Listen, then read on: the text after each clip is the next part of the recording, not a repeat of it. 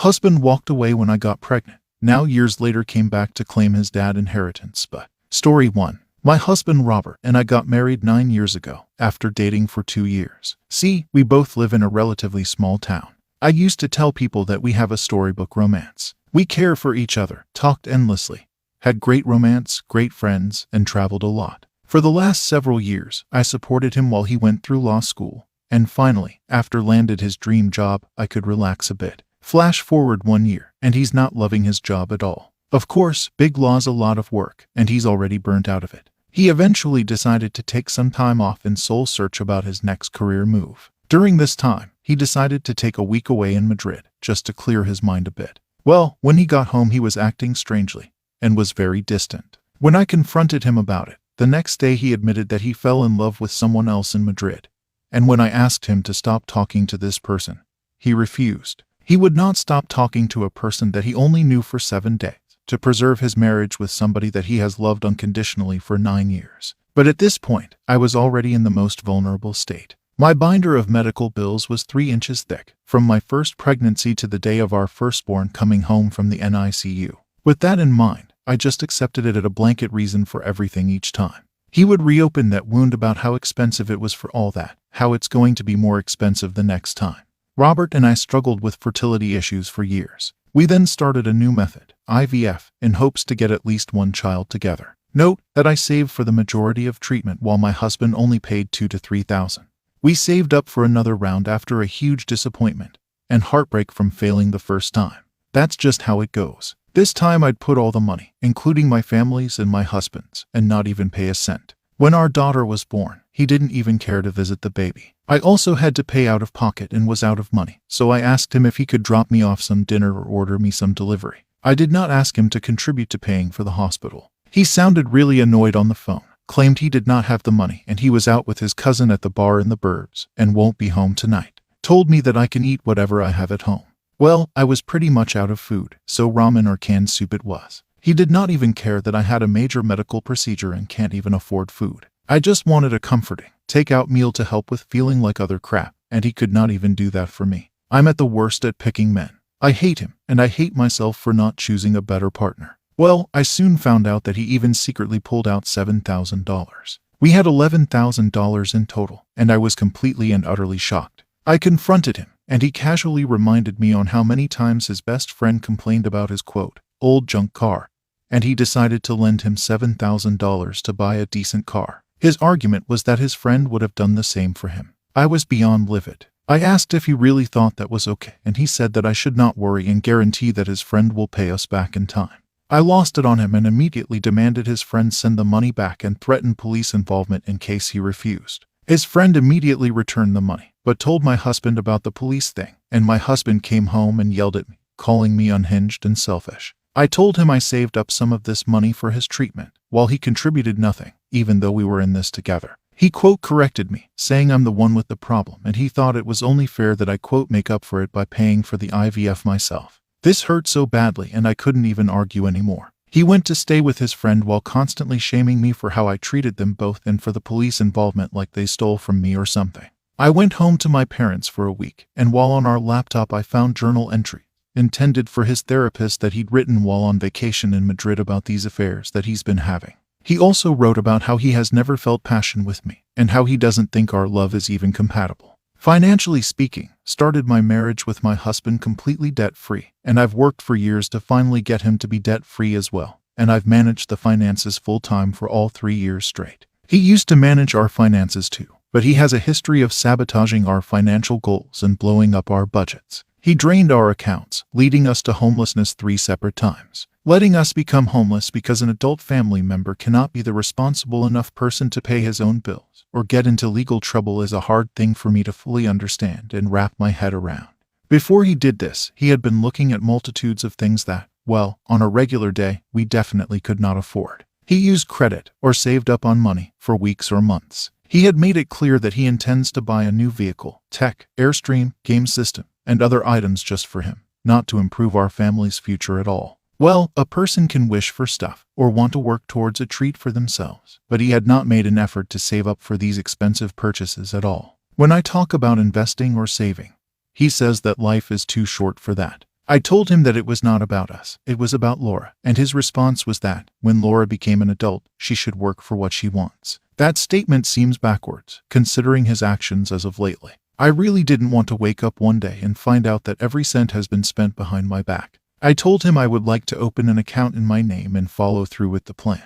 Well, a huge argument followed and he gets angry. He goes on a rant about how I was dragging him down, how I was ungrateful, how most women would be ecstatic to be in the position I was in, and how he would find someone who could be grateful. I told him I'd do all the late-night feedings and take care of the baby during the day while he works. I begged him to just try taking care of the baby for a few days because I'm exhausted and stressed. He proceeds to insult me, then insults the baby. I told him, actually calmer than I thought I could be, that neither of us deserve these words right now. So he packed up his clothing and put it in a storage and has been in Europe with his new lover since. He told me he doesn't care about me, our marriage, or our daughter. Then told me that he will not be coming home and just left. I'm still in shock a month later. I had to scramble to find a cheap place to live, move all of our stuff alone, and search for a full-time job. All the while he's in Europe, not working and traveling with his new lover. I had no idea what to do. I felt depressed. I felt stuck. I felt broken, humiliated, and emasculated. But my daughter needed me, and I needed to be strong for her.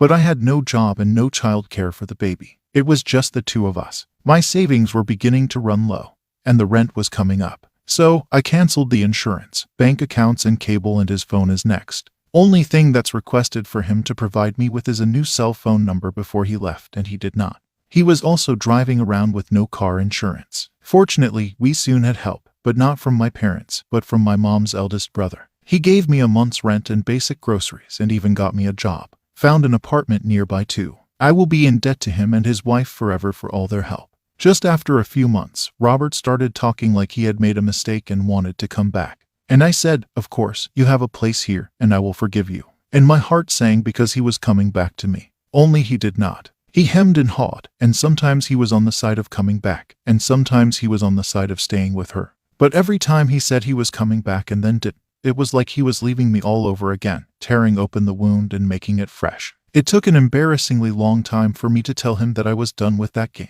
and that I no longer wanted him back. And well, he would have to find peace with his new situation. I felt broken, used, and completely alone. I kept reliving the last 9 years, and I can't see how I could have seen this coming. He told me every day how much he loved me, and how he would do anything for our love. How do you go from fighting over who will die first so we don't have to live without the other, and him telling me he wants to have children, to this? I mean, I'm 37 years old, and can't see myself ever investing in a long relationship like this again after sinking my literal heart and soul into this marriage and being tossed aside like a fool. However, his parents are nothing like him, and, ugh, I was raised in a Christian household. With that came gender roles that were ingrained in me at a very young age. My in-laws, however, hated that my parents taught us this way. Because of this, I became very close with my in-laws, especially my father-in-law instead of my own parents. Even after Robert left us, we were in touch now and then. Well, for more info, which is important, my in-laws lived in a beautiful house that had no neighbors, many trees, and a garden. They paid off the house after years and was very special to them. My father-in-law also had bad problems with his back and a condition that would get worse until he couldn't go anymore. After my mother-in-law passed, he got worse and ended up needing at-home care. He didn't want to be a stranger in his home, so that was not an option. I think it was due to my grandmother's passing. Robert said he would not be able to take care of him and was planning on putting him in an old-age home. I decided to stay with him since it would just be easier. My job can be worked effectively at home and he'd get care from someone who was not a total stranger. In the time I took care of him, we filled the home with love and laughter my father-in-law brought to it. We used to toss cupcakes at the wall to see what could get the most to stick the furthest. Winner got to have the cake, but we always ended up sharing. He's the world's greatest practical jokester. I could tell infinite joke stories. As my father-in-law got worse, not a single call, not from his son, sibling, or extended family. We were joking about it once, and he said, maybe I should just give you, Missy, the house name, instead of your husband. He laughed after he said that, so I just assumed he was joking. Fast forward. The worst happened. I was the one who found him. I had to make the call. All of it. Well, as much as I was pushed away from Robert, I did not want to find out the news from a random person, so I was the one who told him. The funeral was the first time I saw him after he abandoned me and Laura. We had no idea where he's been all these years, but then it came time for the will. Now, it wasn't some telenovela with all the dramatics, but let me tell you, it was intense. The house that was supposed to be Robert's became mine as well, as a large sum of money, and many other things that my father-in-law planned on giving to his son. Well, the executor of my father-in-law's estate contacted me before the funeral. Although it's $1.5 million, according to her. My intention is to use half of my inheritance money to move our family into the house and renovate it. Then save 40% to help my daughter in the future, like graduations, college, trips, her first car, etc., and have a small emergency fund. I'm not sure if I'm making the right choice, but I really just want my daughter to have the same happy and stress-free childhood I had. When I told Robert about the will, with my name in it, it also states that Robert can claim the inheritance only if I consent it. I was accused of manipulating his father into giving it to me, and he was just yelling and screaming at me. He made an offhanded comment about how nice it must be to be rich overnight. Well, it was intense for a second before some gentleman told him to show me some respect. This started a much larger fight, though. People who would not lift a finger for a loved one, and yet entitled to their things after they're gone, would definitely see this as some sort of manipulation.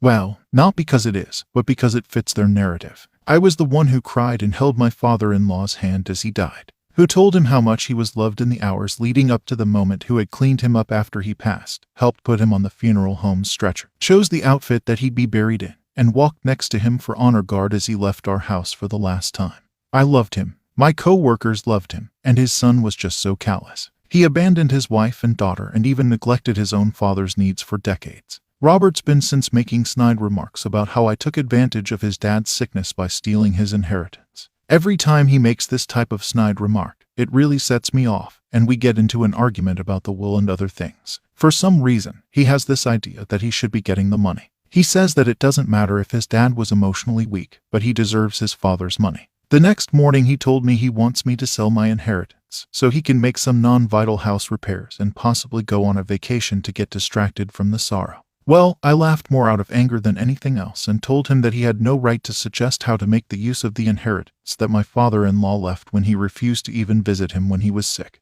I got a call from his aunt, who was extremely angry. She called me irrational and told me that since I am not his blood relation, I have no right to receive property or money from him, and that the inheritance gives Robert the opportunity to return some of the money he spent on me and Laura. He's bringing this topic up 1 to 2 times per week for the last month since my father-in-law's passing. And it's just increasingly making me mad. My response have ranged from, my father-in-law just died. I don't want to think about this right now, so it's his and I'm not going to try to take his will away. But he said that since we're married I can't just make that decision myself, because technically that inheritance would belong to him. I don't know when Robert got so greedy. He just could not wait to stick his hands in his dead father's pockets. He could not even give me time and space to grieve because he was so eager to profit from his death. Well, I gave selflessly, expecting nothing in return, and I just wanted the good man to spend his last days in the home he loved, surrounded by his memories. I earned what was given to me by a man of principles. My father-in-law gave it to me. He wanted me to live in the house he loved and lived on, and he wanted to give all that to me. Giving it away to someone who insulted him and treated him at last is almost as an insult to his memory. Robert has had everything handed to him on a silver platter, and even now feels entitled to what someone else put in the work for. For the first time in his life, his golden boy privileges was worthless. How creepily self-centered can it get? I also told him, don't you dare dishonor a great man in order to cater to a lesser man like yourself. That would be a slap in the face to your dad. I will honor him by being strong and thinking for myself and not bending to the wants of awful people. I will fill the home that he loves so much with memories and keep him close. After this, he began using sweeter tones and literally begged me to give him the money, saying I can keep the house if I want, but he really needs the cash urgently. Well, I have a dilemma about the money Jack left me. I haven't touched the money yet. It's mine legally and will let me have a fresh start when I move back. I've never seen him beg someone like this, or a woman he left at the time of her need for that matter. I wonder if it's karma that's brought Robert to this point. Update number 1. Thank you all for the outpouring support and advice. I can't tell you how comforting this is to hear your stories of healing and continue happiness after something like this has happened to you.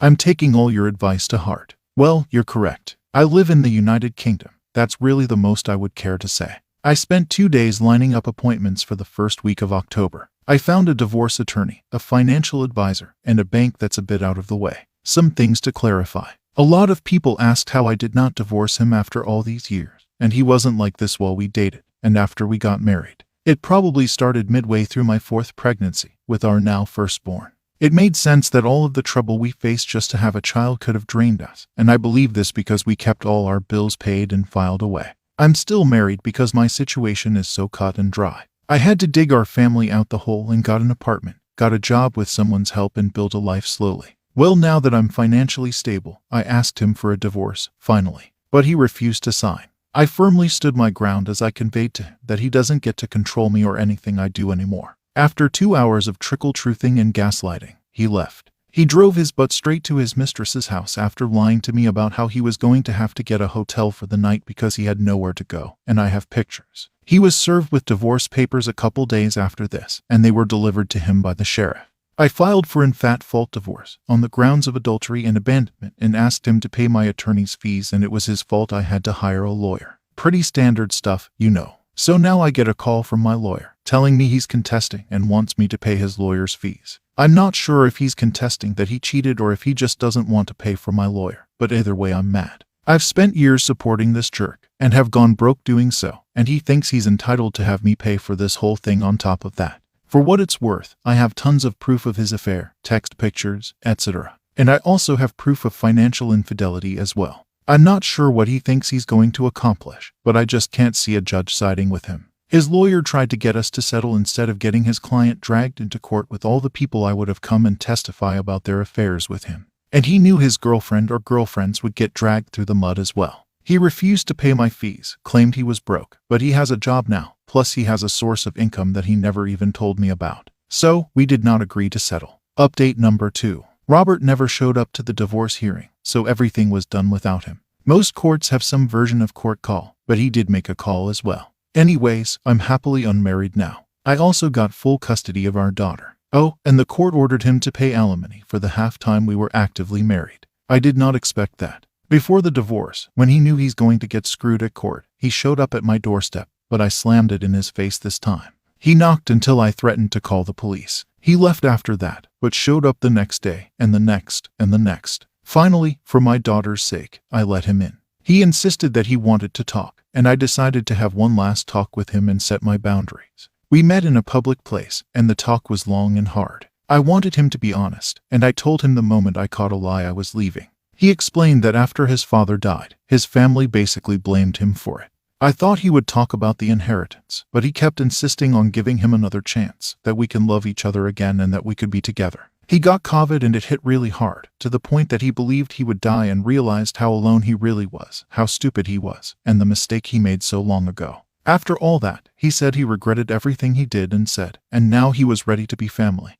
And we always meant to be. He never even mentioned our daughter at any moment at all, and only after I pointed it out he started to ask about her. I asked if he was really sorry, or are we just a last option? Did he really love us, or are we just consolation prizes? Did he come back for love, or because he has an ulterior motive? He was unable to answer any of that, and he only said things like, "He's not like that. Susan, you need to understand, I'm not like that." When I tried to settle that we were over, he grabbed my hand forcefully, and I told him to let go, that we were over. Neither I nor my daughter wanted anything to do with him, so please, leave us alone.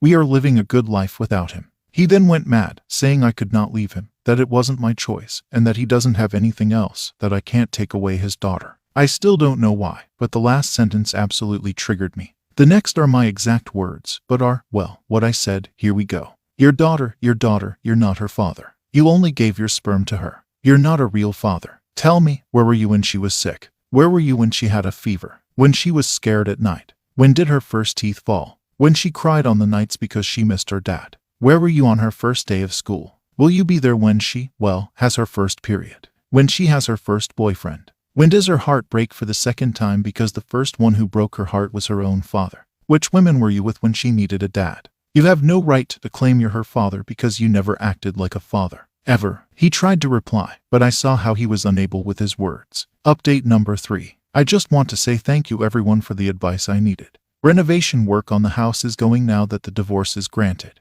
Changed all the locks and installed security cameras. I have a mortgage, free home, and this is an incredible boost to my financial situation. However, Robert decided to contest the will. My attorney has not advised anything specific yet. He's been civil lawyer before, so I can count on him. I expect to hear from him again within 2 weeks, as that's how long we have to agree on a mediator. And also, they're putting together a discovery request, so I expect to hear from him on that soon as well. My lawyer warned that through a mediator, they will try to break me down so that he gets something, but I won't let that happen. The mediator is necessary because the quote manipulation accusation can be translated into a suit to invalidate my father-in-law's will for undue influence. People leaving valuable assets to the primary caregiver, who would not otherwise inherit them, can raise some red flags with the court system, who don't know the detailed situation, so they have a decent chance of overturning the will. Robert has also informed my family that he wants to get back together, and they've started putting pressure on me to accept. My parents and siblings have texted me saying they know how much he loves me, how he regretted ever hurting me,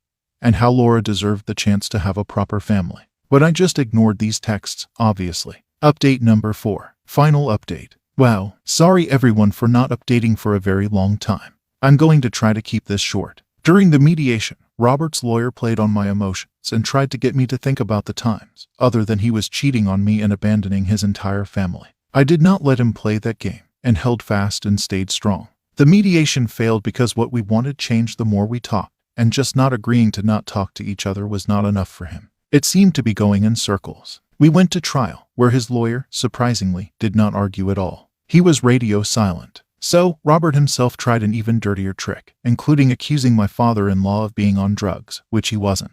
He proceeds to argue that he was not together with me, so the will's not valid, to which he got stupidly agreed, leaving me and my daughter. Luckily, the will had a no contest clause. The judge had some choice words as well, as he was wasting the court's time by making bad faith arguments. Robert lost the contest. Only in the evening did my lawyer let me know that Robert's been lying to his attorney. Once all the truth and proof came to light, his attorney quit and told him to go play with himself. Robert came to me with all the rage in the world. He did not let me speak, but it looked like he was really frustrated and raging mad. I got upset and basically told him he did not have the right to be frustrated with me for his own wrongs. Turns out I disrupted his plan to get revenge on me for causing him to be a serial cheater. He did finally shut up after I gave him the handwritten letter from his dad that said he won't get an inch his entire miserable life. Recently, I was looking around the house for some cards that I've given to my father-in-law for special occasions, and I could not find them anywhere. I looked through a drawer where he keeps random papers of his writing and drawings and found an old letter. I didn't read the entire thing,